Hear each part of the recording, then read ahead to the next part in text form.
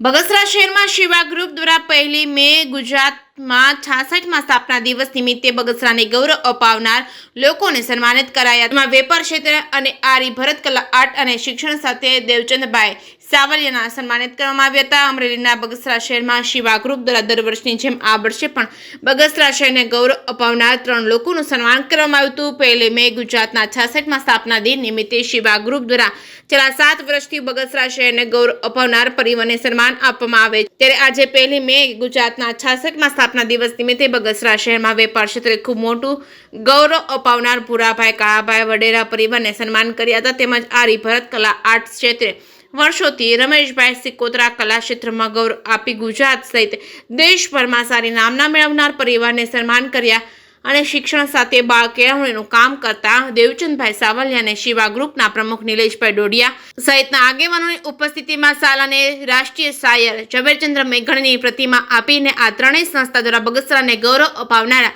ત્રણેય લોકોને પરિવારને સન્માન કરવામાં આવેલ છે. જે કેસની ગુજરાતી સાથે રોમિલ મણવર, બગસરા.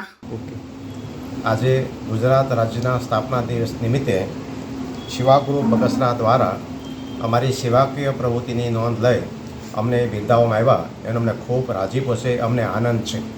અમને ગુજરાત રાજ્યમાં ઘણી જગ્યાએ સન્માન મળ્યા છે, પણ અમારી માતૃભૂમિમાં, અમારી કર્મભૂમિમાં અમારા સાથી મિત્રો જ્યારે અમને બિરદાવે છે ત્યારે એનો આનંદ અનોખો હોય છે.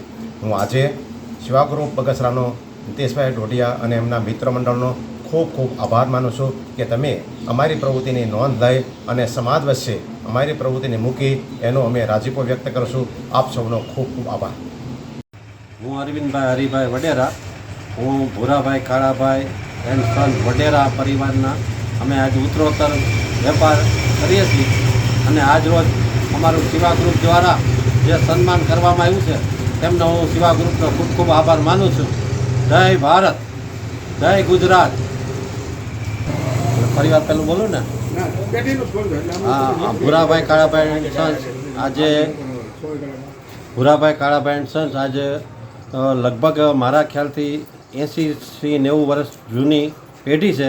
અમે ઉત્તરોત્તર એના વારસદાર છીએ અને અમારી આ 4થી 5મી પેઢી અત્યારે વેપાર એમને જાળવી રાખ્યો છે.